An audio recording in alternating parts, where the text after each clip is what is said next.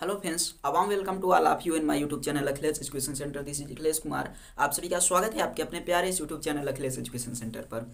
दोस्तों, आज एक नया टॉपिक स्टार्ट करने वाले हैं जो अभी तक चैनल पर एक दो बार पढ़ाए हैं, लेकिन आप लोग शायद उस वीडियो तक नहीं पहुंच पाए हैं। तो आज वही टॉपिक स्टार्ट करने वाले हैं और थोड़ा सा बेसिक से लेकर एडवांस तक चलेंगे। तो एडवांस तक ही, लेकिन थोड़ा सा आज बेसिक हम लोग देखेंगे और उसके बाद हो सकता है तो थोड़ा सा हम लोग एडवांस लेवल में भी चलें।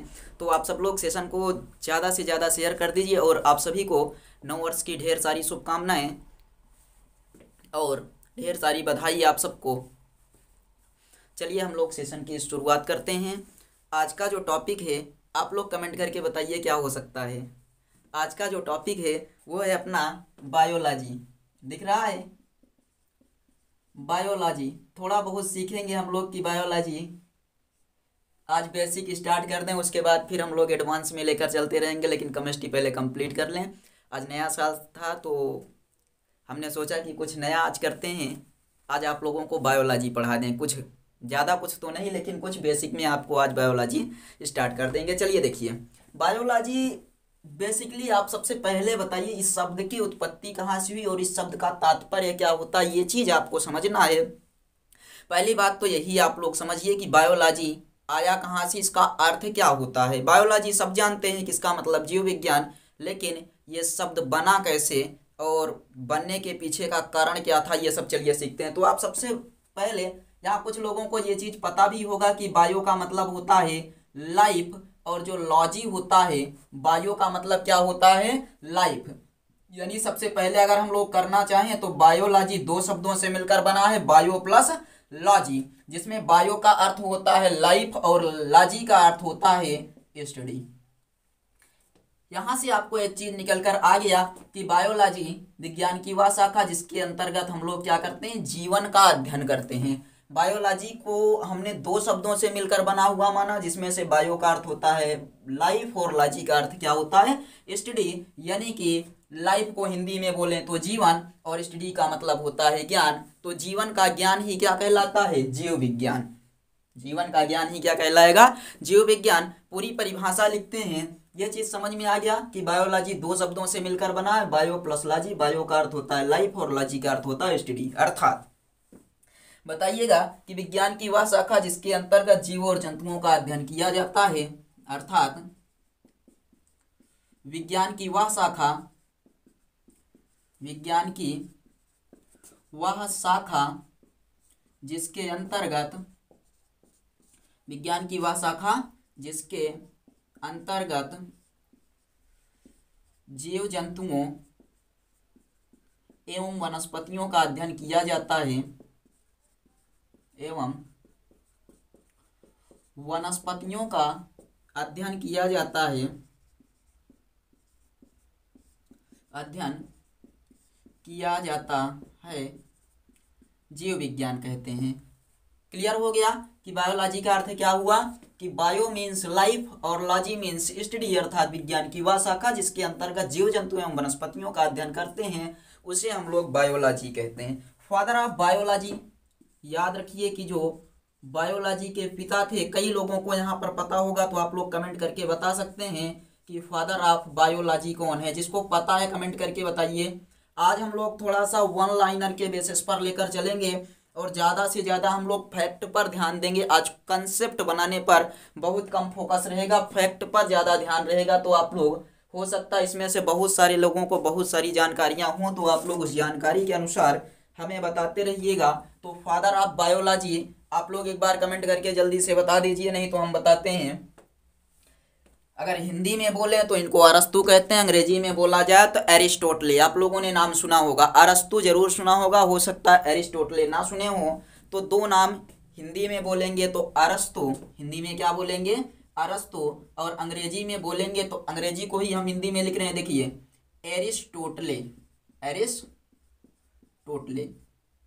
तो ये होता है, आप बताएंगे कि फादर ऑफ बायोलॉजी यानी जीव विज्ञान के जनक जो हैं अरस्तु हैं, हिंदी में बोला जाता है, अंग्रेजी में कहते हैं एरिस्टोटले, एरिस्टोटले। तो इन्होंने क्या योगदान दिया था जीव विज्ञान में, कि इनको जीव विज्ञान का जनक माना जाने लगा, पिता माना जाने लगा, पितामह माना जाने लगा।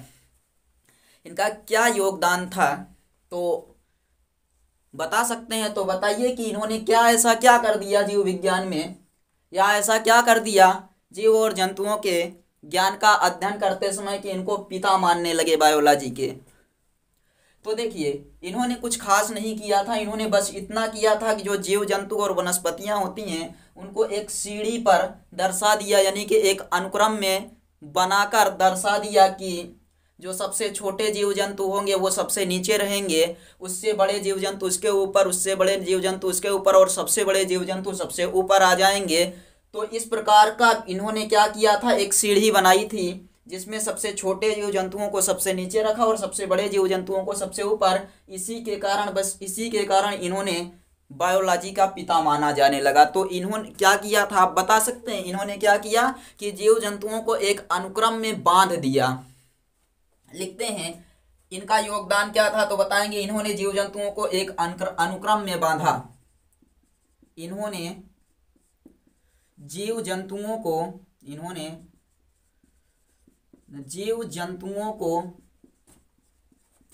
एक अनुक्रम में बांधा, एक अनुक्रम में बांधा। इन्होंने क्या किया, जीव जंतुओं को एक अनुक्रम में बांधा जिसमें सबसे सरल जीव को सबसे नीचे रखा एवं सबसे जटिल जीव यानी कि मनुष्य को सबसे ऊपर इन्होंने किया था। तो बताएंगे कि इन्होंने जीव जंतुओं को एक अनुक्रम में बांधा, सबसे नीचे इन्होंने सरल जीवों को रखा और सबसे ऊपर मनुष्य को रखा।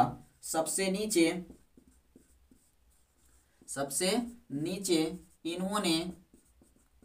इन्होंने सरल जीवों को रखा, सरल जीवों को रखा एवं सबसे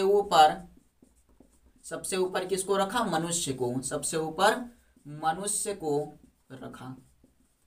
तो बस इनका यही योगदान और इनको पिता माना जाने लगा कि इन्होंने जीव जंतुओं को एक अनुक्रम में बांधा, एक सीढ़ी के अनुसार क्रम से रखते हुए चले गए, जिसमें सबसे नीचे इन्होंने क्या किया था, सरल जीवों को रखा था, हम सबसे ऊपर क्या किया, मनुष्यों को रख दिया।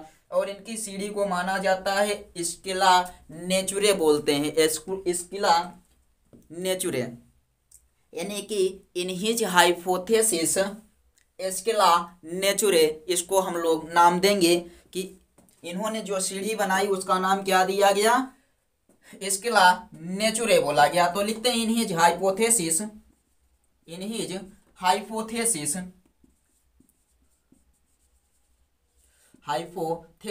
जो इन्होंने क्या किया था कि ये सीढ़ी बनाई थी जिसे हम लोग लैडर ऑफ नेचुरे के नाम से जाना जाता है। हिंदी में बोले तो लैडर ऑफ नेचुरे, यानी कि इन्होंने नेचुरल का मतलब वही, नेचुरे मतलब नेचुरल। तो इन हिज हाइपोथेसिस इन्होंने क्या बोला, स्केला नेचुरे बोला था।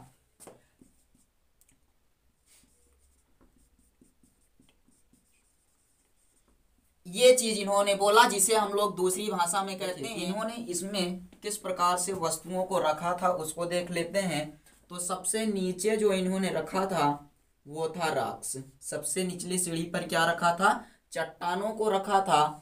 और उसके ऊपर वाली जो सीढ़ी है उस वाले पर फिर इन्होंने रखा था पेड़ पौधों को रखा था, यानी कि किसको रखा था, प्लांट्स को रखा था। और उसके ऊपर वाली सीढ़ी पर इन्होंने एनिमल्स को रखा था। और सबसे ऊपरी जो सीढ़ी है उस पर इन्होंने रखा था ह्यूमंस को। और इसी सीढ़ी को देने के कारण, यानी जो लैडर ऑफ नेचर है या स्केला नेचुरा जिसे कहते हैं इनकी हाइपोथेसिस में, तो इसे देने के कारण अरस्तु को क्या बोला गया था, फादर ऑफ बायोलॉजी, यानी कि जीव विज्ञान के जनक बोला गया था। क्लियर है कि इन्हें जीव विज्ञान का जनक क्यों कहा गया। चलिए अब थोड़ा सा बायोलॉजी के बारे में और आगे जानते हैं। इस चीज को आप लोग नोट करिए। समझ गए हैं कि बायो दो शब्दों से बायोलॉजी मिलकर बना है, जिसका अर्थ होता है, यानी कि दो शब्द कौन कौन से हैं, बायो और एक हो गया बायो, दूसरा शब्द लॉजी। बायो का अर्थ होता है लाइफ और लॉजी का अर्थ होता है स्टडी, अर्थात जीवन के अध्ययन को जीव विज्ञान कहते हैं। और फादर ऑफ बायोलॉजी तो आपने बता दिया एरिस्टोटले, और एरिस्टोटले जो थे उन्हें फादर ऑफ बायोलॉजी क्यों बोला गया, तो आप बताएंगे क्योंकि इन्होंने जीव जंतुओं को एक अनुक्रम में बांधा और सबसे नीचे इन्होंने सरल जीवों को रखा एवं सबसे ऊपर मनुष्य को रखा। और इनके इस जो बंधन में, अनुक्रम में, यानी कि इनके हाइपोथेसिस में को बोला गया स्केला नेचुरा, यानी कि लैडर ऑफ नेचर। और इनके सीढ़ी पर रखने का क्रम, यानी कि अनुक्रम में रखने का क्रम ये था कि सबसे नीचे चट्टानों को रखे थे, उसके ऊपर पौधों को, और उसके ऊपर जंतुओं को, और सबसे ऊपर इन्होंने मनुष्यों को रखा था। तो ये था लैडर ऑफ नेचर। अब चलिए हम लोग देखते हैं यहाँ पर कि जो बायोलॉजी होती है उसकी दो शाखाएं आपको देखने को मिलेंगी। बायोलॉजी की कितनी शाखाएं देखने को मिलेगी? दो शाखाएं देखने को मिलेगी, जिसमें से दोनों को अलग अलग नाम दिया जाता है। एक को कहते हैं बॉटनी, बॉटनी और जूलॉजी बोला जाता है। बॉटनी और जूलॉजी। बॉटनी का मतलब होता है वनस्पति विज्ञान। बॉटनी का मतलब क्या होता है? वनस्पति विज्ञान। और जूलॉजी का मतलब होता है जंतु विज्ञान। जूलॉजी का मतलब क्या होता है? जंतु विज्ञान। बॉटनी का मतलब वनस्पति विज्ञान और जूलॉजी का मतलब जंतु विज्ञान। चलिए देखते हैं इनके बारे में हमें क्या क्या पढ़ाया जाता है। जैसे हम लोग क्या पढ़ते हैं बॉटनी में और क्या पढ़ते हैं जूलॉजी में। तो बॉटनी में हम लोग वनस्पतियों का अध्ययन करते हैं और जूलॉजी में जीव जंतुओं का अध्ययन करते हैं। तो यहाँ बताएंगे कि पादपों के बारे में अध्ययन जिसमें किया जाए। किसके बारे में? पादपों का अध्ययन। इसमें पहले चीज कि विज्ञान की वह शाखा या भौतिक विज्ञान की वह शाखा जिसमें पादपों का अध्ययन किया जाता है। और यहाँ पर किसका अध्ययन करेंगे? तो जंतुओं का अध्ययन किया जाएगा। जंतुओं का अध्ययन। हम लोग तुलनात्मक अध्ययन करेंगे, अच्छे से समझ में आएगा। वनस्पति विज्ञान और जंतु विज्ञान में पहला आप बता दीजिएगा कि वनस्पति विज्ञान में पादपों का अध्ययन किया जाता है और जंतु विज्ञान में जंतुओं का अध्ययन किया जाता है। और यहाँ पर दूसरा पॉइंट देखते हैं, फादर ऑफ बॉटनी, यानी कि वनस्पति विज्ञान के जनक कौन है? तो फादर ऑफ बॉटनी आप बताएंगे। इनका नाम है थियोफ्रस्टस। कौन है? तो इनका नाम बता दीजिएगा, थियोफ्रस्टस। नाम याद रखिएगा। फादर ऑफ बॉटनी कौन है? थियोफ्रस्टस हैं। ये फादर ऑफ बॉटनी थे। और फादर ऑफ मॉडर्न बॉटनी, यानी कि आधुनिक वनस्पति विज्ञान के जनक, father of modern botany.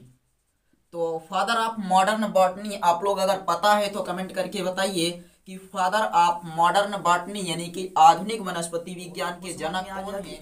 Father of modern botany कौन है? तो कैस्पर बोहिम है। Father of modern botany Caspar Ibrahim.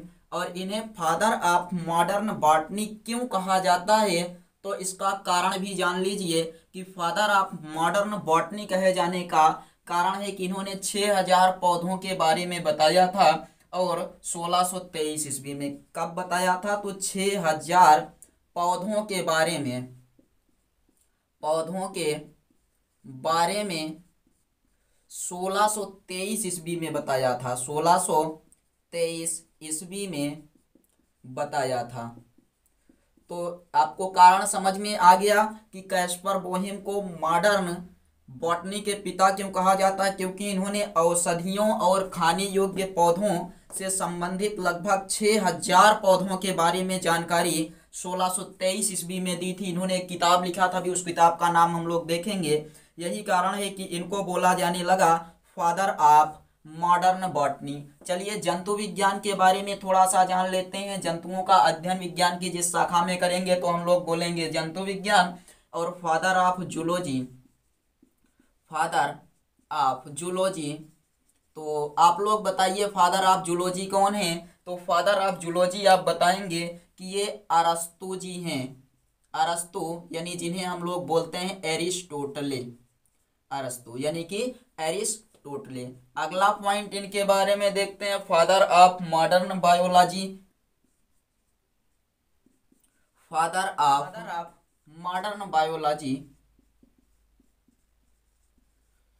इसी चीज को बोला जाता है, जूलॉजी को कहते हैं फादर ऑफ मॉडर्न बायोलॉजी, या इसी को हम लोग नाम देते हैं फादर ऑफ टेक्सोनॉमी।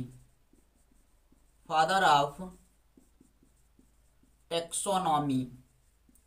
आपसे पूछा जाए मॉडर्न बायोलॉजी या फिर आपसे पूछा जाए मॉडर्न जूलॉजी, या फादर ऑफ टेक्सोनॉमी, तो फादर ऑफ टेक्सोनॉमी का नाम है कार्ल लिनेयस। क्या नाम है इनका? तो कार्ल लिनेयस जी को कहा जाता है फादर ऑफ टेक्सोनॉमी या father of modern biology. Modern यहाँ बॉटनी बना, जूलॉजी बोल लीजिए, या एक ही चीज है वही बायोलॉजी, या इसके पहले आपने यहाँ पर पढ़ा था, और तो इसको हम लोग यही कह सकते हैं बायोलॉजी। बायोलॉजी, इस पर थोड़ा ध्यान दीजिएगा, बायोलॉजी या जूलॉजी है, इसको आप लोग थोड़ा सा ध्यान दीजिएगा। हमें लगता है दोनों एक ही चीजें हैं, मॉडर्न बायोलॉजी या फिर जूलॉजी। तो मॉडर्न जूलॉजी ये कहेंगे हम लोग कार्ल लिनेयस को। तो इन्हें क्यों कहा जाता है? क्योंकि इन्होंने पौधों के, जो ये पौधे बताए गए, ये जंतुओं के नेमिंग जो आप लोग पढ़ते हैं एंड रैंकिंग, यानी कि नाम और इनको किस क्रम में व्यवस्थित किया जाए, ये चीज इन्होंने बताया था। जंतुओं के नाम और उनके क्रम के बारे में बताने के कारण इनको बोला गया father of taxonomy. Father of taxonomy क्यों बोला गया? तो आप बताएंगे क्योंकि इन्होंने क्या काम किया था? तो नेमिंग और रैंकिंग इन्हीं की देन है, जो आप लोग आज पढ़ते हैं नेमिंग और रैंकिंग। तो ये चीज आप याद रखिएगा कि जो कार्ल लिनेयस हैं इन्हें हम लोग बोलते हैं फादर ऑफ टेक्सोनॉमी या मॉडर्न बायोलॉजी या फिर मॉडर्न जूलॉजी। और क्यों कहा जाता है? क्योंकि इन्होंने नेमिंग और रैंकिंग के बारे में बताया था। अब हम लोग उस पॉइंट पर आ जाते हैं जिसमें आपको थोड़ी सी कुछ किताबों के बारे में जानकारी देने वाले थे। तो यहाँ कुछ बुक्स के नाम लिख लीजिए जो इम्पोर्टेंट हैं। बुक्स कौन कौन सी हैं और उनके बारे में क्या क्या जानकारियां दी गई हैं, किसने किसने लिखा है बुक्स को। तो सबसे पहले जो आपके वैज्ञानिक आ जाते हैं उनका नाम है थियोफ्रस्टस। क्या नाम है उनका? तो थियोफ्रस्टस। यहाँ आपने देखा था थियोफ्रस्टस को, ये देखिए थियोफ्रस्टस, मॉडर्न ऑफ, ये फादर ऑफ बॉटनी। तो थियोफ्रस्टस, इन्होंने एक किताब लिखा हिस्टोरिया प्लेंटेरियम। पहले जो वैज्ञानिक थे इनका नाम था थियोफ्रस्टस। इन्होंने एक किताब लिखा, इनकी किताब का जो नाम था वो था प्लेंटेरिया हिस्टोरिका। क्या नाम था? हिस्टोरिया प्लेंटेरियम। इस किताब में क्या था? थियोफ्रस्टस ने जो किताब लिखा उसका क्या नाम था? तो उसका नाम था हिस्टोरिया प्लेंटेरियम। और इस किताब में इन्होंने 500 पौधों के बारे में बताया था। किस चीज के बारे में? 500 पौधों के बारे में बताया था, जिन पौधों को हम लोग कहाँ कहाँ पर इस्तेमाल करते हैं। तो मेडिसिन में इस्तेमाल किया जाता है। इन पौधों का इस्तेमाल कहाँ कहाँ पर? मेडिसिन और फूड के रूप में, यानी भोजन के रूप में इन पौधों का इस्तेमाल होता था। तो हिस्टोरिया प्लेंटेरियम जो किताब थियोफ्रस्टस ने लिखा था उसमें उन्होंने 500 पौधों के, ऐसे पौधों के बारे में बताया था जिनका उपयोग हम लोग या तो भोजन के लिए करते हैं या फिर किसके लिए? दवाइयों के लिए इसका उपयोग किया जाता है। MEDICINE, ये ठीक है। तो 500 पौधों के बारे में थियोफ्रस्टस ने बताया हिस्टोरिया प्लेंटेरियम में, जिसमें जो पौधे इन्होंने बताए थे उनका उपयोग मेडिसिन और फूड के लिए किया जाता है, जैसे मेडिसिन प्लांट्स और फूड प्लांट्स आदि के बारे में बताया था। और ऐसे 500 पौधों के बारे में इन्होंने इस चीज में जानकारी दी थी। एक दूसरे वैज्ञानिक थे, ये तो हो गए एक में, दूसरे थे बायोलॉजिस्ट ही बोल सकते हैं, अरस्तु, जिन्हें एरिस्टोटले कहते हैं। इन्होंने भी एक किताब लिखा था। इन्होंने जो किताब लिखा था उसका नाम था हिस्टोरिया एनिमिलिया। क्या नाम था उस किताब का? तो उस किताब का नाम था हिस्टोरिया एनिमिलिया। यहां पर अजीब अजीब नाम होते हैं। एनिमिलिया आपको याद रखना पड़ता है। तो हिस्टोरिया एनिमिलिया ये किताब किसने लिखा था? अरस्तु ने। और अरस्तु ने एनिमिलिया, देखिए प्लेंटेरियम मतलब प्लांट्स, एनिमिलिया मतलब एनिमल। तो थोड़ा थोड़ा हम लोग इसमें से मिलाकर देख सकते हैं कि अरस्तु ने जो बताया था वो किस चीज के बारे में था। तो इन्होंने बताया था एनिमल्स के बारे में। कितने एनिमल्स के बारे में अपनी किताब में बताया? तो इन्होंने 500 एनिमल्स के बारे में बताया था अपनी किताब में। इन्होंने किसके बारे में बताया? 500 जानवरों के बारे में जानकारी दी थी। एक अगले बायोलॉजिस्ट थे जिनका नाम था जॉन रे। जॉन रे, अगले वैज्ञानिक का नाम हम लोग लिख लेते हैं जॉन रे।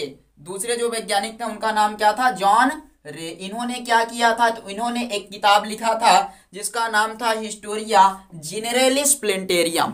क्या नाम था? हिस्टोरिया जिनरेलिस प्लेंटेरियम। तो इन्होंने हिस्टोरिया एनिमिलिया अरस्तु ने लिखा, हिस्टोरिया प्लेंटेरियम थियोफ्रस्टस ने लिखा, और जॉन रे जो वैज्ञानिक थे इन्होंने क्या लिखा था?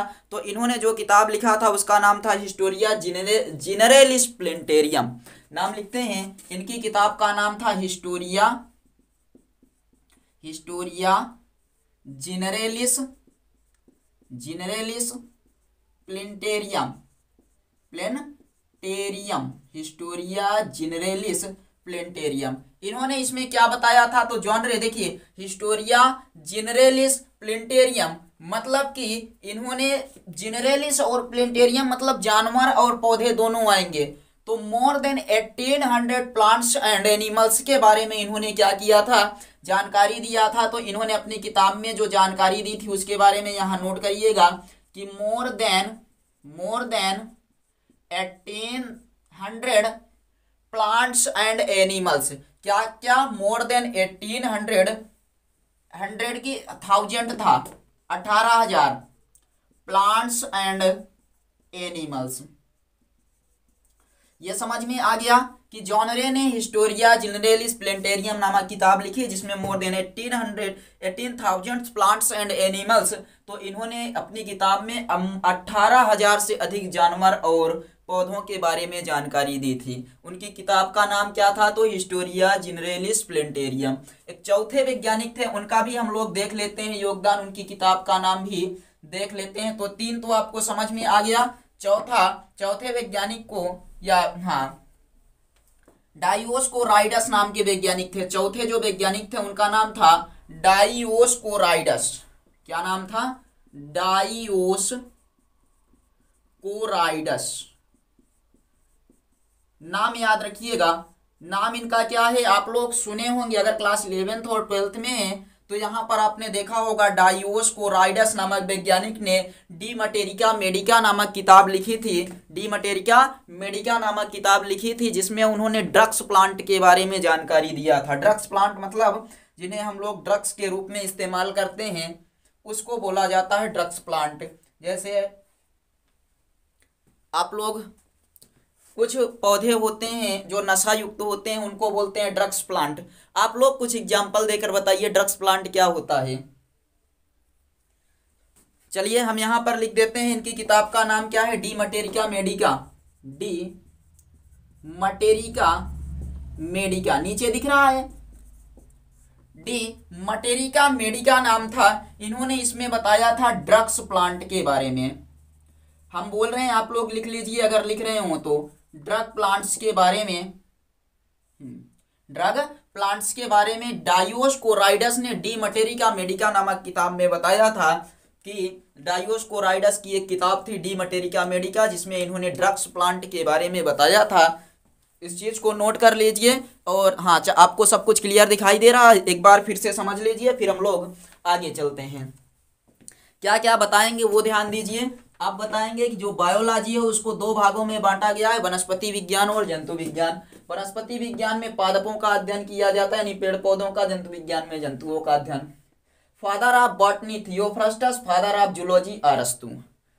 Father of modern botany Caspar Bauhin, इन्होंने 6000 पौधों के बारे में बताया 1623 ईस्वी में। और फादर ऑफ मॉडर्न बायोलॉजी यानी father of taxonomy Karl Linnaeus, इन्होंने नेमिंग एंड रैंकिंग की थी प्लांट्स के एनिमल्स के बारे में। और थियोफ्रस्टस ने एक किताब लिखा जिसका नाम था हिस्टोरिया प्लेंटेरियम। मोर देन 500 प्लांट्स के बारे में इन्होंने बताया। और उन पौधों का उपयोग हम लोग मेडिसिन के रूप में करें या फिर फूड के रूप में किया जाता है। अगले वैज्ञानिक थे अरिस्टोटल यानी अरस्तु, हिस्टोरिया एनिमिलिया किताब लिखा। इन्होंने मोर देन 500 एनिमल्स के बारे में जानकारी दी थी। अगले वैज्ञानिक जॉन रे आते हैं, इनकी किताब का नाम है हिस्टोरिया जिनरेलिस प्लेंटेरियम। इन्होंने बताया more than 18,000 plants and animal, यानी कि 18,000 से ज्यादा पौधों और जानवरों के बारे में अपनी किताब में जानकारी दिया। और डायोस्कोराइडस नामक वैज्ञानिक ने डी मटेरिया मेडिका नामक किताब लिखी, इसमें इन्होंने ड्रग्स प्लांट के बारे में जानकारी दी थी।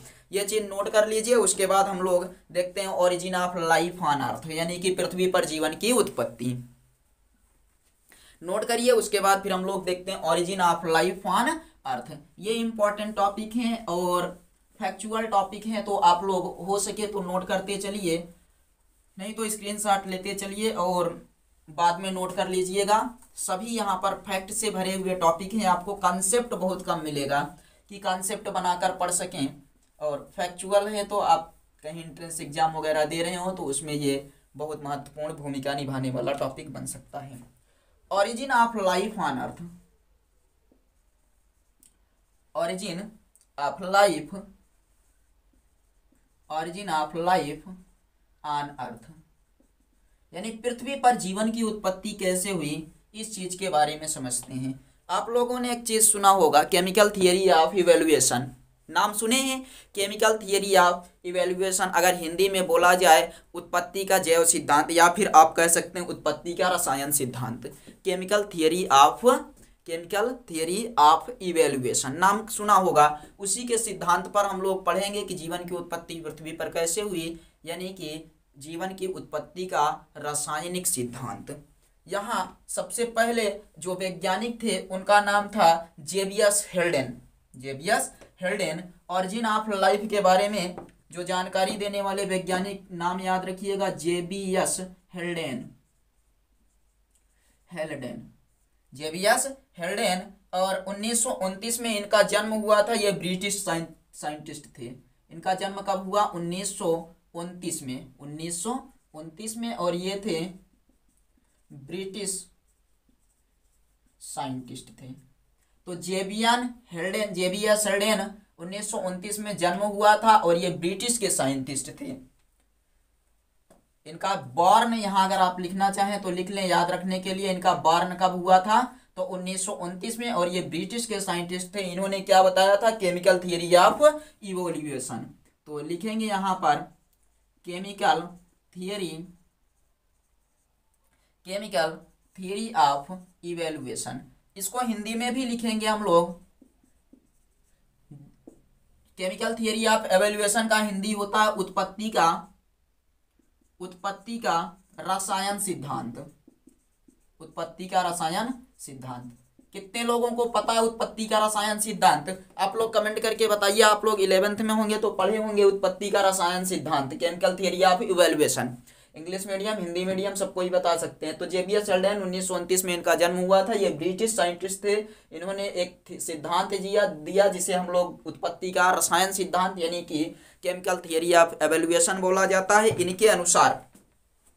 इनके अनुसार जो पहले का वातावरण था, यानी कि जब पहले का तापमान, वातावरण का तापमान 2000 डिग्री सेल्सियस से ज्यादा था, तब की बात कर रहे हैं कि जो पहले का वातावरण था, पहले का वातावरण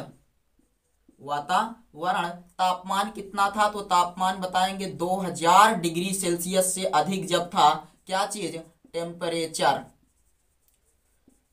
टेम्परेचर कितना था पहले का वातावरण? अभी हम इसको पूरा कॉन्सेप्ट आपको बना देंगे इस वाले में। पहले का वातावरण जब 2000 डिग्री सेल्सियस से ज्यादा तापमान था, तब जो वातावरण में गैसें थी, हाइड्रोजन थी, नाइट्रोजन थी, जल थे, और उसके साथ N2O नाइट्रोजन डाइऑक्साइड आप इसको बोल सकते हैं, या H2S आप कह दीजिए, H2S हाइड्रोजन डाई सल्फाइड। ये सभी गैसें उपस्थित थी जब तापमान क्या था? 2000 डिग्री सेल्सियस से ज्यादा था। तो ये गैसें वायुमंडल में विद्यमान थी और अलग अलग गैसें थी। तापमान कुछ कम हुआ। जब तापमान कुछ कम हुआ तो यहाँ बनने शुरू हुए स्मॉल साइज के मॉलिक्यूल्स। क्या बनने शुरू हुए? तो small and medium size molecules बनने शुरू हो गए। Small and medium size molecules बनने शुरू हुए। और स्मॉल एंड मॉलिक्यूल जो मीडियम साइज के मॉलिक्यूल्स बने, उनका नाम क्या था? तो मॉलिक्यूल कंपाउंड्स आप लिख सकते हैं। इनको हम लोग कुछ नाम देंगे अभी। जैसे देखिए अमीनो अम्ल बना। क्या बना? तो जब वातावरण का तापमान कुछ डाउन हुआ तो छोटे छोटे और या तो मध्यम साइज के क्या बनने शुरू हुए, अणु बनने शुरू हुए। जैसे हम लोग एग्जाम्पल में इसको मान सकते हैं कि अमीनो अम्ल बनने लगा। क्या बना, अमीनो अम्ल बना। और अब देखिए फिर और थोड़ा सा तापमान कम होगा तो ये जो छोटे छोटे क्या थे, मॉलिक्यूल्स थे और मध्यम साइज के अणु थे, ये अब बड़े अणु में परिवर्तित होने लगेंगे, यानी कि लार्ज मॉलिक्यूल बनेगा, लार्ज मॉलिक्यूल्स बनेंगे। जैसे लार्ज मॉलिक्यूल्स में क्या आता है, प्रोटीन आता है, डीएनए और आरएनए बना। जब तापमान कम हुआ तो लार्ज मॉलिक्यूल्स क्या क्या बने, जैसे मान लीजिए डीएनए और आरएनए का निर्माण हुआ। और अब नीचे और तापमान कम होगा तो जब आप और तापमान कम हुआ तो उसके बाद प्रकृति में देखने को मिली डेड सेल। डेड सेल यानी कि मृत कोशिका। तो ये जेवियस हेल्डेन का सिद्धांत था, आप लोग याद रखिएगा कि ये हम नहीं बता रहे, ये जेवियस हेल्डेन जी कह रहे थे कि इस सिद्धांत के अनुसार धीरे धीरे पृथ्वी पर जीवन की उत्पत्ति इसी प्रकार से हुई है। क्या क्या बताए थे उसको ध्यान से देखिए। तो इन्होंने बताया जैव उत्पत्ति का रसायन सिद्धांत में इन्होंने बताया कि जब पहले का वातावरण 2000 डिग्री सेल्सियस से अधिक था तो वातावरण में हाइड्रोजन, नाइट्रोजन, जल और हाइड्रोजन डाइसल्फाइड जैसी गैसें अलग अलग रूप में विद्यमान थी। जब वायुमंडल का तापमान कुछ कम हुआ तो ये गैसें मिलकर छोटे और मध्यम साइज के अणु बनने शुरू हुए, यानी कंपाउंड के रूप में बनने शुरू हो गए। जैसे फिर एमिनो अम्ल बना आप कह सकते हैं। और उसके बाद फिर इन छोटे और तापमान कम हुआ तो लार्ज मॉलिक्यूल्स बने, जैसे डीएनए का अस्तित्व हुआ। और उसके बाद जब तापमान और कम हुआ तो अस्तित्व में आई डेड सेल यानी कि मृत कोशिका आई। दिख रहा है सब कुछ क्लियर दिख रहा है। चलिए थोड़ा सा ऊपर कर देते हैं, बाकी आपको तो क्लियर दिख ही रहा है। तो डेड सेल आई। अब डेड सेल में अगर हम लोग जीव द्रव्य बना दें, जीव द्रव्य प्लस कर दें तो ये क्या बन जाएगी, जीवित कोशिका बन जाएगी। क्या बन जाएगी, जीवित कोशिका। तो डेड सेल के बाद इसी में ऐड हुआ, अगला क्या ऐड हुआ, जीव द्रव्य। जीव द्रव्य का अस्तित्व आया। डेड सेल के बाद किसका अस्तित्व आया, जीव द्रव्य का। और डेड सेल और जीव द्रव्य मिलकर लिविंग सेल का निर्माण हो जाता है। तो डेड सेल प्लस जीव द्रव्य बराबर लिविंग सेल। यहां पर देखेंगे अब इसके बाद जो आगे है वो यहां से देखिए, डेड सेल प्लस जीव द्रव्य, जीव द्रव्य जब दोनों मिले तो उसके बाद निर्माण हुआ लिविंग सेल का। किसका, लिविंग सेल यानी कि जीवित कोशिका का निर्माण हुआ। कितनी लंबी प्रक्रिया है देखिए। पहले जब 2000 डिग्री सेल्सियस तापमान था तो हाइड्रोजन, नाइट्रोजन और जल आदि जो गैसें थी ये अलग अलग रूप में विद्यमान थी। उसके बाद ये मिलना शुरू हुई। जब तापमान कम हुआ तो सबसे पहले अमीनो अम्ल बना, उसके बाद ये प्रोटीन बना जिसे हम लोग डीएनए और आरएनए कहते हैं। यहाँ प्रोटीन लिख सकते हैं। प्रोटीन बना और प्रोटीन के बाद अस्तित्व में आई डेड सेल। डेड सेल जीव द्रव्य के साथ मिलकर बनाई लिविंग सेल। अब हम लोग थोड़ा सा लिविंग सेल के बारे में समझते हैं कि अस्तित्व में आने वाली सबसे पहली लिविंग सेल क्या थी, यानी कि जो प्रकृति में सबसे पहली जीवित कोशिका आई उसका नाम क्या था। तो first living cell, first living cell. पहली जीवित कोशिका कौन सी थी, आप लोग अगर कमेंट करके बता सकते हैं, आता है तो फर्स्ट लिविंग सेल के बारे में बताइए। बायोलॉजी वालों आप लोग कमेंट करके बताइए कि पहली लिविंग सेल क्या थी। जीवन का अस्तित्व जब यहाँ पर कोशिका बनी तो सबसे पहली लिविंग कोशिका यानी कि पहली जीवित कोशिका कौन सी थी, अगर आप लोग बता सकते हैं तो कमेंट करिए, नहीं तो हम बताएं। उसका नाम है blue green algae. Blue green algae यानी कि नीला हरा शैवाल। आप लोगों ने नाम सुना है, जिसे हम लोग साइनोबैक्टीरिया का नाम देते हैं, नीला हरा शैवाल, ब्लू ग्रीन एल्गी। अगर हिंदी में इसी को बोला जाए तो इसको कहेंगे नीला हरा शैवाल, नीला हरा शैवाल। तो ये याद रखिएगा कि जो प्रकृति में बनने वाली सबसे पहली लिविंग सेल थी वो थी ब्लू ग्रीन एल्गी, नीला हरा शैवाल, और इसे हम लोग सामान्यतः नाम दे देते हैं साइनोबैक्टीरिया। क्या? साइनोबैक्टीरिया। तो ये चीज आपको याद रखना है यहाँ पर कि पहली लिविंग सेल क्या थी? ब्लू ग्रीन एल्गी यानी कि नीला हरा शैवाल, जिसे हम लोग साइनोबैक्टीरिया का नाम देते हैं। दूसरा देखते हैं यहाँ पर, ये तो हो गया कि पहली जीवित कोशिका कौन थी, तो ब्लू ग्रीन एल्गी यानी कि नीला हरा शैवाल, साइनोबैक्टीरिया। सबसे छोटी सेल, स्मॉलेस्ट सेल आप कह सकते हैं कि सबसे छोटी कोशिका कौन सी है, तो आप बताइएगा कि सबसे छोटी कोशिका क्या है। कमेंट करिए जल्दी से, जितने लोगों को आ रहा है कमेंट करिए। सबसे छोटी कोशिका का नाम है PPLO। PPLO अगर इसका फुल फॉर्म देखा जाए तो होगा प्लूरो निमोनियम लाइक ऑर्गेनिज्म। क्या बोलेंगे? प्लूरो, हिंदी में लिखा जाए अंग्रेजी में लिख दें? अंग्रेजी में लिख रहे हैं, देखिए PLUER, प्लूरो। क्या बोलेंगे? PLE, ऐसे लिखिए PLEURO, प्लूरो। उसके बाद ये निमोनियम होगा, पी साइलेंट रहता है यहाँ पर, तो PNEU, और उसके बाद फिर MONIA, निमोनिया। और यल का मतलब होता है लिविंग या लाइक आप कह सकते हैं, लाइक। और ओ का मतलब होता है organism, organism. PPLO, pleuro pneumonia like organism, जिसे हिंदी में भी प्लूरो निमोनियम लाइक ऑर्गेनिज्म का नाम दिया जाता है। शॉर्ट फॉर्म में याद रखिएगा PPLO ये किस फैमिली का है, तो आप इसकी फैमिली बताएंगे कि ये जिस परिवार से फैमिली से बिलोंग करता है उसका नाम है माइकोकांडिया, माइकोप्लाज्मा। तो ये माइकोप्लाज्मा की फैमिली से बिलोंग करता है, लिखिए माइकोप्लाज्मा। और माइकोप्लाज्मा क्या होता है, तो माइकोप्लाज्मा जो होता है ये हमारे लिए एक हानिकारक, यानी कि आप कह सकते हैं कि जो सेल है माइकोप्लाज्मा से बिलोंग कर रही है, ये फैमिली जो है ये बहुत हानिकारक होती है। माइकोप्लाज्मा फैमिली में जो स्मॉलेस्ट सेल होते हैं PPLO वगैरह, ये श्वसन तंत्र में खराबी कर देती हैं। तो यहाँ बताएंगे कि इसकी फैमिली क्या है, तो इसकी फैमिली है माइकोप्लाज्मा, माइकोप्लाज्मा। और इसका कार्य जो होता है ये बहुत घटिया कार्य है, श्वसन तंत्र में खराबी कर देता है। याद रखिएगा, श्वसन तंत्र में खराबी कर देता है, खराबी कर देता है।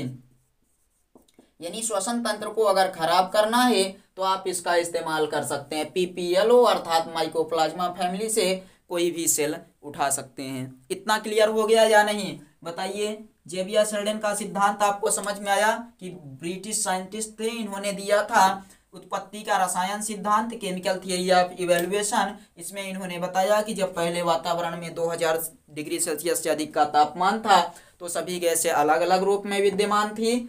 जब तापमान कम हुआ तो छोटे और मध्यम साइज के अणु बनने शुरू हुए, यानी गैसें मिलना शुरू हुई। तो सबसे पहले अस्तित्व में आया अमीनो अम्ल, उसके बाद इन सबसे मिलकर बड़े अणु बने जिसके बाद प्रोटीन अस्तित्व में आया अर्थात DNA और RNA। फिर डेड सेल बनी और डेड सेल में जीव द्रव्य को मिलने के बाद ये लिविंग सेल बन गई। इस प्रकार से ये बताया जाता उत्पत्ति का रसायन सिद्धांत, यानी जेवियर शेल्डन का सिद्धांत था। और लिविंग सेल ये है। तो उसके बाद पहले लिविंग सेल की बात आ जाती है, तो आप बता देंगे ब्लू ग्रीन एल्गी पहले लिविंग सेल है, नीला हरा शैवाल जो साइनोबैक्टीरिया के नाम से भी जाना जाता है। स्मॉलेस्ट सेल PPLO यानी कि प्लूरोनिमोनियम लाइक ऑर्गेनिज्म, इसकी फैमिली है माइकोप्लाज्मा। माइकोप्लाज्मा क्या काम करता है, तो माइकोप्लाज्मा श्वसन तंत्र में खराबी कर देता है। तीसरा देखिए, आपसे पूछा जाता है लार्जेस्ट सेल कौन सी होती है, तो लार्जेस्ट सेल जानते हैं शुतुरमुर्ग का अंडा, लार्जेस्ट सेल तो ऑस्ट्रिच एग यानी कि शुतुरमुर्ग का अंडा। तो लिखें यहां पर लार्जेस्ट सेल में आप बताएंगे ऑस्ट्रिच एग, ऑस्ट्रिच एग यानी शुतुरमुर्ग का अंडा जो होता है वो सबसे लार्जेस्ट सेल है, यानी कि सबसे बड़ी कोशिका होती है। चौथा आप याद रखिए लॉन्गेस्ट सेल।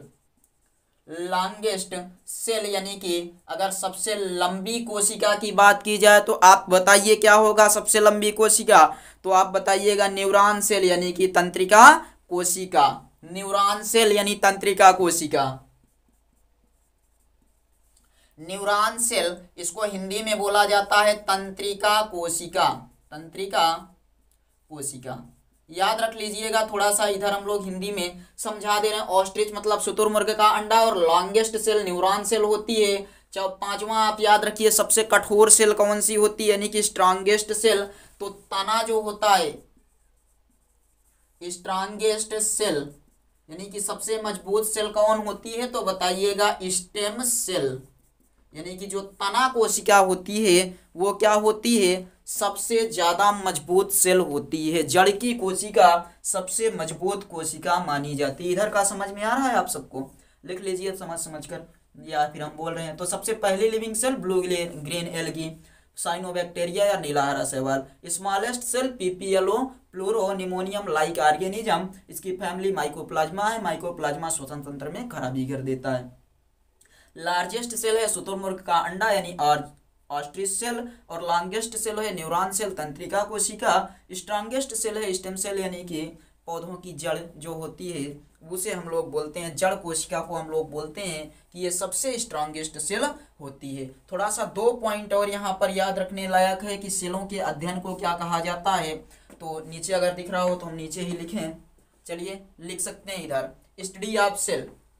यहाँ पर study of cell is called study of cell. हम लोग क्या बोलेंगे कि सेलों का अध्ययन। सेल यानी कोशिका। कोशिका का अध्ययन बोला जाता है cytology. Cytology study of cell is called cytology. और स्टडी ऑफ टिश्यू यानी ऊतकों का अध्ययन। कोशिका से मिलकर ही ऊतक बनते हैं। तो बताइएगा study of tissue is called क्या हो जाएगा हिस्टोलॉजी। हिस्टोलॉजी लगे हाथ आप लोग बता दीजिए। स्टडी ऑफ ब्लड किसे कहते हैं? स्टडी ऑफ ब्लड यानी कि खून का अध्ययन क्या कहलाता है? स्टडी ऑफ ब्लड क्या कहलाता है? अगर आप लोग थोड़ा सा भी पढ़े जीव विज्ञान के बारे में तो जल्दी से कमेंट करके बताइए कि स्टडी ऑफ ब्लड किसे कहते हैं। हमने तो बता दिया कि study of cell is called cytology and study of tissues is called haematology. यानी कि ऊतकों के अध्ययन को हम लोग हिस्टोलॉजी बोलते हैं। ऊतकों के अध्ययन को हिस्टोलॉजी बोला जाता है और साइटोलॉजी बोला जाता है सेलों के अध्ययन को यानी कोशिकाओं के अध्ययन को हम लोग कहते हैं यहाँ पर साइटोलॉजी। इस चीज को नोट करिए। उसके बाद फिर हम लोग आगे चलते हैं और इसके बाद फिर हम लोग देखते हैं कि ब्रह्मांड का निर्माण कैसे हुआ। अभी तक तो हमने देखा कि कोशिका बन गई। ये कोशिका का निर्माण समझ में आ गया कि कोशिका कैसे बनी। अब कोशिका से जो बनने वाला है अगला उसका नाम है आपका ब्रह्मांड। कोशिका की सहायता से किसका निर्माण होने वाला है? तो कोशिका की सहायता से अब ब्रह्मांड बनाने वाले हैं आप लोग। चलिए ठीक है, क्लियर दिख रहा है। चलिए अब हम लोग आगे बढ़ते हैं। यहाँ पर आप अब आगे बताइएगा कि हम लोग किस प्रकार से कोशिका का निर्माण तो हो चुका। यहाँ पर लिविंग सेल आ चुकी है यानी कि जीवन की उत्पत्ति हो चुकी है। अब उसके आगे हम लोग देखते हैं कोशिका के बाद क्या बनेगा। यानी कोशिका को मिलाएंगे तो क्या बनेगा, उसके बाद फिर जो बनेगा उससे क्या बनेगा। इस प्रकार से ब्रह्मांड कैसे बन जाएगा इस चीज को हम देखते हैं। Origin of life on earth पृथ्वी पर जीवन की उत्पत्ति तो समझ में आ गया होगा। कहाँ तक पढ़ लिए थे? सेल बन गया था तो लिविंग सेल आपके पास बन गया था। यानी कि हमने क्या बना लिया था? कोशिका यानी जिसे हम लोग बोलते हैं सेल। सेल को अगर हम लोग मिला दें कई सारे सेल जिसे हम लोग बोलते हैं ग्रुप ऑफ सेल। आपने पढ़ा होगा कि group of cell is called tissue. Group of cell is called tissue यानी कि क्या कहलाएगा? ऊतक बोलेंगे। Group of cell is called tissue यानी कि आप कहेंगे कि कोशिकाओं के समूह को ऊतक कहते हैं। पढ़े हैं कोशिकाओं के समूह को ऊतक कहते हैं। और कई सारे ऊतकों को मिलाकर बन जाता है ऑर्गन। ऑर्गन मतलब अंग, कोई भी एक अंग बनेगा। ऑर्गेनिज्म पढ़ते हैं ना, लिविंग ऑर्गेनिज्म। तो वही कोशिका को मिलाकर ऊतक बना, ऊतकों को मिलाकर क्या बना? अंग बन गया। और अंग को मिलाएंगे तो ऑर्गेनिज्म बनेगा। यानी कि ऑर्गेनिज्म। ऑर्गेनिज्म मतलब क्या होता है तो बताएंगे कि जीव। कई सारे अंगों को एक साथ मिला दीजिए तो क्या बन जाएंगे, जीव। जैसे हाथ, पैर, सर, नाक, ये सब अंग मिलाएंगे तो एक जीव का निर्माण हो जाएगा। अब कई सारे जीव मिलकर जब एक स्थान पर कई सारे जीव एकत्रित हो जाएंगे तो वो बन जाएगी पॉपुलेशन। उसको कहने लगेंगे जनसंख्या, पॉपुलेशन। और कई सारी पॉपुलेशन एक साथ आ जाए तो उसको बोलते हैं समुदाय, कम्युनिटी जिसे कहते हैं। कम्युनिटी यानी कि समुदाय। और कई सारे समुदाय एक साथ मिल जाए तो उसे बोला जाता है इकोसिस्टम, परितंत्र, इकोसिस्टम। और कई सारे इकोसिस्टम एक साथ जब मिल जाएंगे तो उसे बोलेंगे बायोम, बायोम जिसे हम लोग बोलते हैं क्लाइमेट। क्या बोला जाएगा, बायोम यानी क्लाइमेट। और बायोम एक साथ मिलेगा तो निर्माण होगा बायोस्फीयर का, बायोस्फीयर बन गया। और बायोस्फीयर, कई सारे बायोस्फीयर मिलकर बनाएंगे एक अर्थ।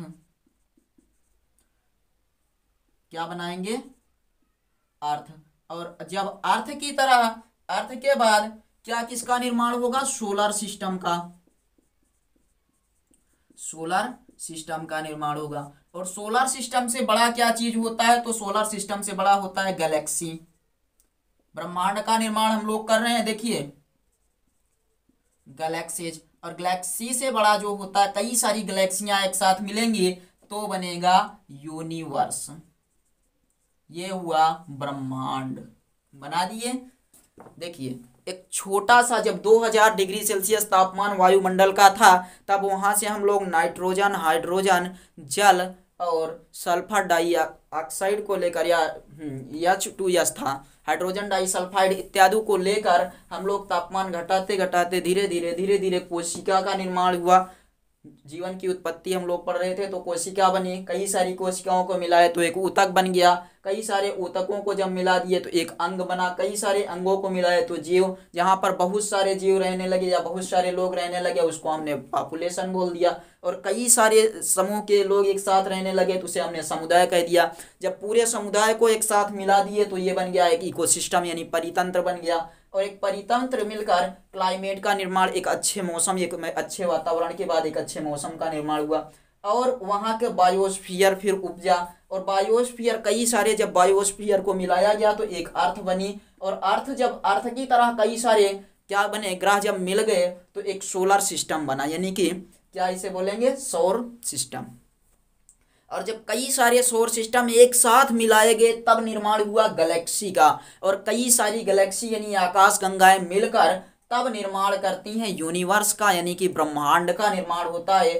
तो ब्रह्मांड गैलेक्सियों का समूह है, गैलेक्सी सोलर सिस्टमों का समूह है। सोलर सिस्टम, अर्थ मतलब सिर्फ पृथ्वी नहीं होता, अर्थ मतलब ग्रह होता है, याद रखिएगा।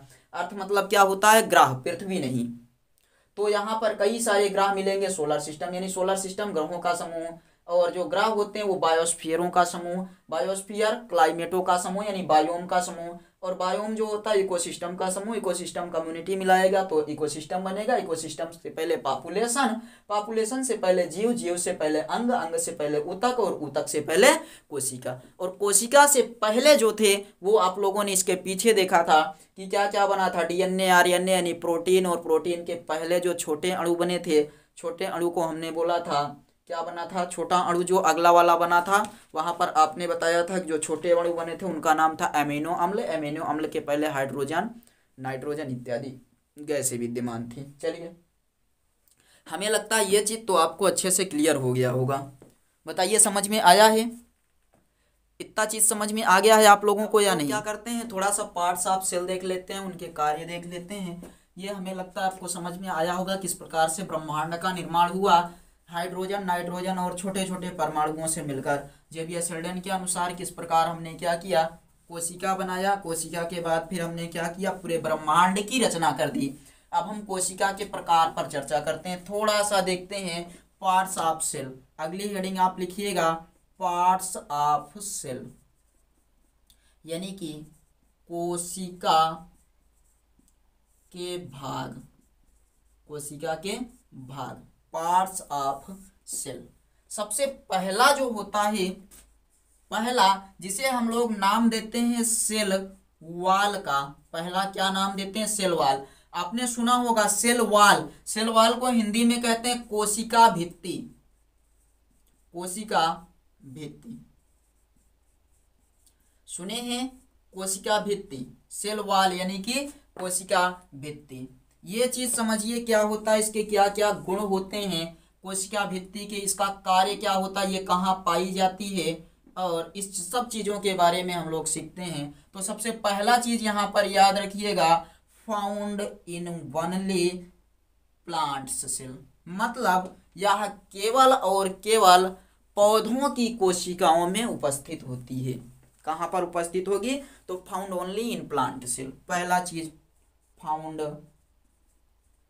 ओनली इन प्लांट सेल, कहाँ पर पाई जाएगी? केवल और केवल पौधों की कोशिकाओं में पाई जाएगी। दूसरा चीज ये याद रखिएगा कि मेड अप ऑफ सेलुलोज, यानी कि ये किसकी बनी होती है? तो सेलुलोज की बनी होती है, made up of cellulose, made up of cellulose यानी कि सेलुलोज की बनी होती है। और इसका जो कार्य होता है उसको देखते हैं, फंक्शन क्या होता है। तो इसका जो फंक्शन होता है यानी कि इसका जो कार्य होता है वो कार्य ये है कि ये कोशिका के आकार को निर्धारित करती है, यानी कोशिका का आकार निर्धारित करता है। ये सेल क्या करता है? तो बताएंगे कि कोशिका का आकार निर्धारित करता है, आकार निर्धारित करता है। क्लियर हो गया कि सेल भित्ति क्या होती है, यानी कि कोशिका भित्ति क्या होती है। तो पहला चीज तो यही याद रखिएगा कि ये केवल कहाँ पाई जाएगी? पौधों की कोशिकाओं में पाई जाएगी। दूसरा, ये सेलुलोज की बनी होती है।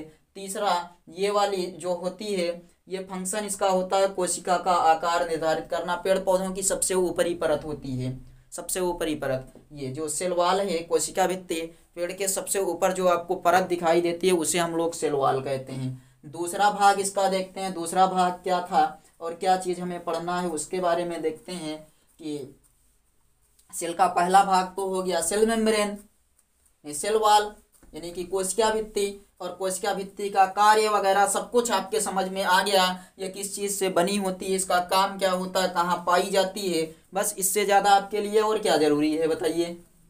और अगर कुछ जरूरी हो तो समझाया जाए। पॉइंट नंबर 2, दूसरा हम लोग देखते हैं माइकोकाइंडिया।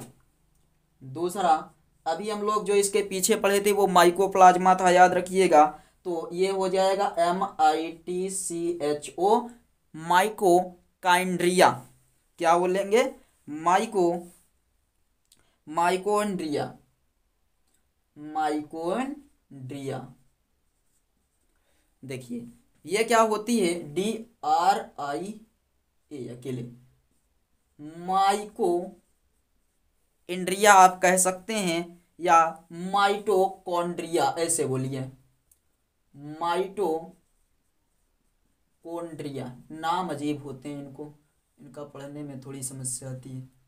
क्या बताएंगे? माइटोकॉन्ड्रिया। इस चीज के बारे में देखिए, सबसे पहला चीज तो ये याद रखिएगा कि ये जो कोशिका का पार्ट होता है ये पौधों के साथ साथ जंतुओं में भी पाया जाता है। Found both in plants and animals cell, यानी कि जीव और यानी जंतु और वनस्पति दोनों कोशिकाओं में ये देखने को आपको मिलता है। तो लिखेंगे found both in plants and animals, found both in plants and animals, plants and animals. पहला चीज ये क्लियर हो गया कि ये जो माइटोकॉन्ड्रिया होती है, माइटोकॉन्ड्रिया होती है, ये पौधों के साथ साथ जंतुओं में भी पाई जाती है। दूसरा चीज याद रखिएगा, इसे हम लोग कहते हैं पावर हाउस ऑफ सेल। इसको क्या बोला जाता है? पावर हाउस ऑफ सेल, यानी कि कोशिका का पावर हाउस माइटोकॉन्ड्रिया को बोला जाता है। और क्यों बोला जाता है तो आप बताएंगे कि यह ऊर्जा का क्या करता है, अपने अंदर एकत्रित करके रखता है और आवश्यकता पड़ने पर क्या करता है, बाहर करता है, और समय पर उसका उत्सर्जन करता है। यह ऊर्जा को एकत्रित करता है और समय पर उसका उत्सर्जन करता है। तो यहाँ लिख लीजिए क्यों कहा जाता है पावर हाउस ऑफ सेल, तो बोलेंगे यह ऊर्जा को एकत्रित करता है और समय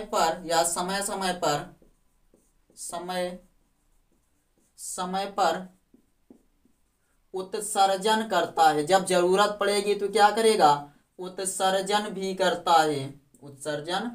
है। तो ये ऊर्जा को एकत्रित करके रख लिया। उसके बाद जब आवश्यकता पड़ी तो इसने क्या किया, ऊर्जा को उत्सर्जित कर दिया। यही कारण है कि इसे पावर हाउस ऑफ सेल बोला जाता है। और ऊर्जा को जो एकत्रित करता है, तो ऊर्जा को एकत्रित करता है किसके रूप में, एटीपी के रूप में। एटीपी के रूप में ऊर्जा एकत्रित करता है। ऊर्जा एकत्रित करता है। तो ये जो माइटोकॉन्ड्रिया है ये किस रूप में ऊर्जा को एकत्रित करता है, तो एटीपी के रूप में। एटीपी का फुल फॉर्म होता है एडिनोसिन ट्राईफॉस्फेट। एडिनोसिन ट्राईफॉस्फेट लिख देते हैं, एडिनोसिन ट्राईफॉस्फेट। Adenosine triphosphate. तो ये ऊर्जा को किस रूप में एकत्रित करता है, तो एटीपी के रूप में। एटीपी का फुल फॉर्म होता है एडिनोसिन ट्राईफॉस्फेट। और क्यों कहा जाता है इसे पावर हाउस ऑफ सेल, तो आपने समझ लिया कि ऊर्जा को एटीपी के रूप में एकत्रित करता है और समय आने पर इसका उत्सर्जन कर देता है। और इसीलिए एटीपी के रूप में उत्सर्जित करता है। यही कारण है कि इसको हम लोग एटीपी मील का भी नाम देते हैं। एटीपी मील का नाम भी इसी को देते हैं। और इसे बोला जाता है स्टोरेज बैटरी। स्टोरेज बैटरी भी इसी को बोला जाता है, क्योंकि ये क्या करती है, ऊर्जा को एकत्रित करके रखती है। तो इसे हम लोग नाम देते हैं स्टोरेज बैटरी का भी।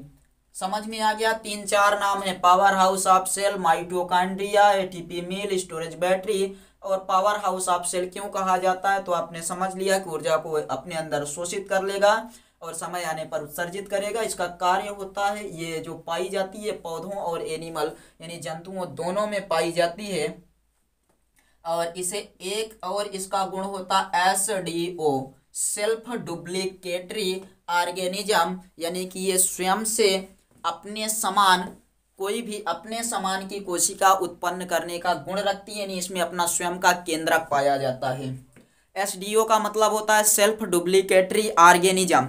सेल्फ डुप्लीकेटरी ऑर्गेनिज्म यानी कि जिसके अंदर स्वयं से अपने समान उत्पन्न करने की क्षमता हो, उन्हें बोलते हैं सेल्फ डुप्लीकेटरी ऑर्गेनिज्म। तो इसका फुल फॉर्म होगा सेल्फ डुप्लीकेटरी ऑर्गेनिज्म।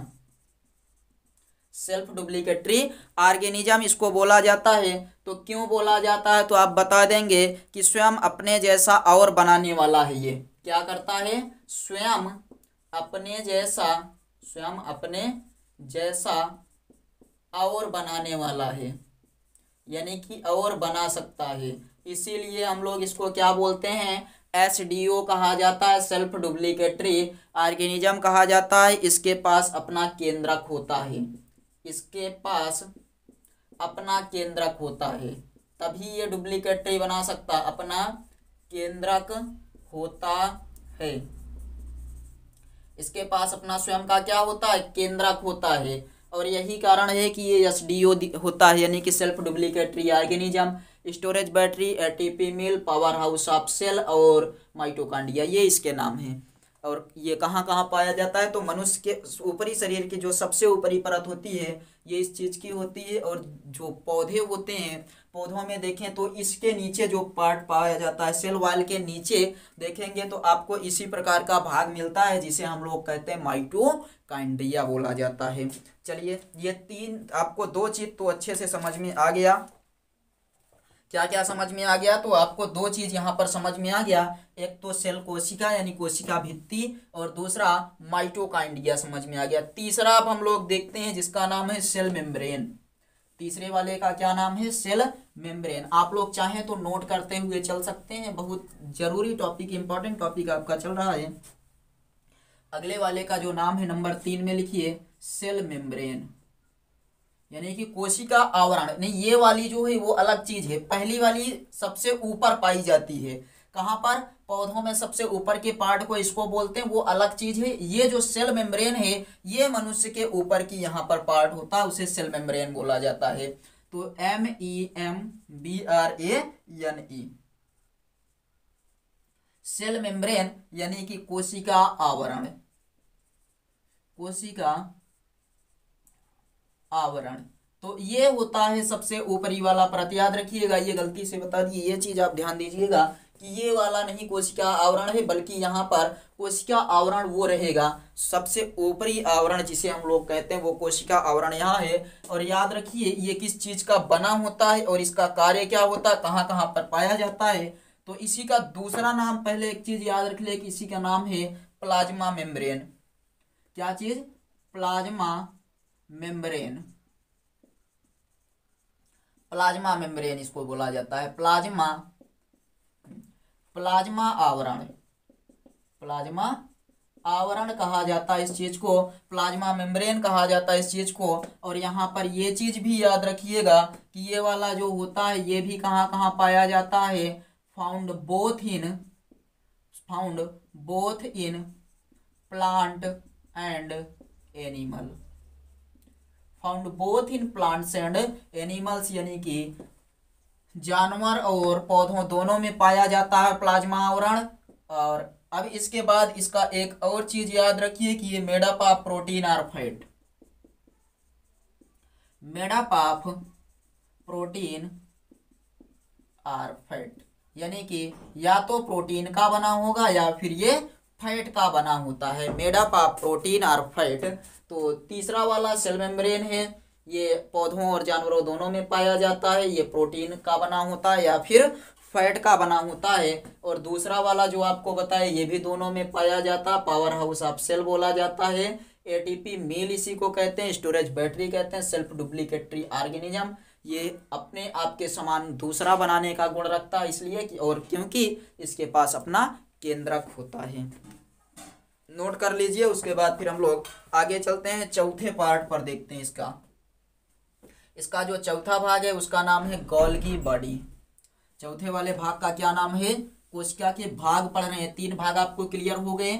चौथे में देखिए गोल्गी बॉडी चौथे का नाम है, यानी कि हिंदी में भी उसे गोल्गी बॉडी ही बोला जाता है, गोल्गी बॉडी, हिंदी में भी यही कहा जाता है गोल्गी बॉडी। और इसके गुणों के बारे में देखते हैं तो सबसे पहले तो ये याद रखिएगा कि इसकी डिस्कवरी के लिए सी गोल्गी नामक वैज्ञानिक को नोबेल प्राइज मिला था। इस कोशिका की खोज के लिए सी गोल्गी नामक वैज्ञानिक को नोबेल प्राइज मिला था। तो खोज किसने किया था, सी गोल्गी नामक वैज्ञानिक ने किया था। इनको क्या मिला था, तो नोबेल प्राइज मिला था, इसी के लिए नोबेल प्राइज मिला था। और नोबेल प्राइज कब मिला था, तो याद रखिएगा 1906 ईस्वी में इनको नोबेल प्राइज मिला था।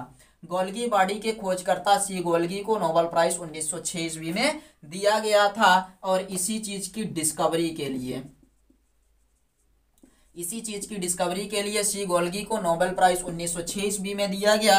अब ये जो गोल्गी बॉडी होता है ये 2 प्रकार का होता है, दोनों के बारे में ध्यान से देखिए।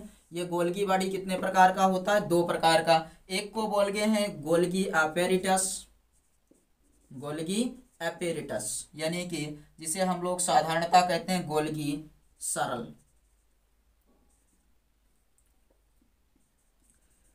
एपेरिटस। और दूसरे वाले को बोला जाता है गोल्गी कॉम्प्लेक्स, गोल्गी कॉम्प्लेक्स यानी कि गोल्गी जटिल। इसको कहते हैं गोल्गी सरल, गोल्गी। हिंदी में अगर आप लोगों को नाम पता हो तो बता सकते हैं। और ये गोल्गी सरल, हाँ ये वाला जटिल हो जाएगा। कॉम्प्लेक्स का मतलब क्या होता है, जटिल, गोल्गी जटिल और गोल्गी सरल। ये चीज आपको समझ में आ गया कि जो गोल्गी बॉडी होता है वो 2 प्रकार का होता है, गोल्गी जटिल और गोल्गी सरल।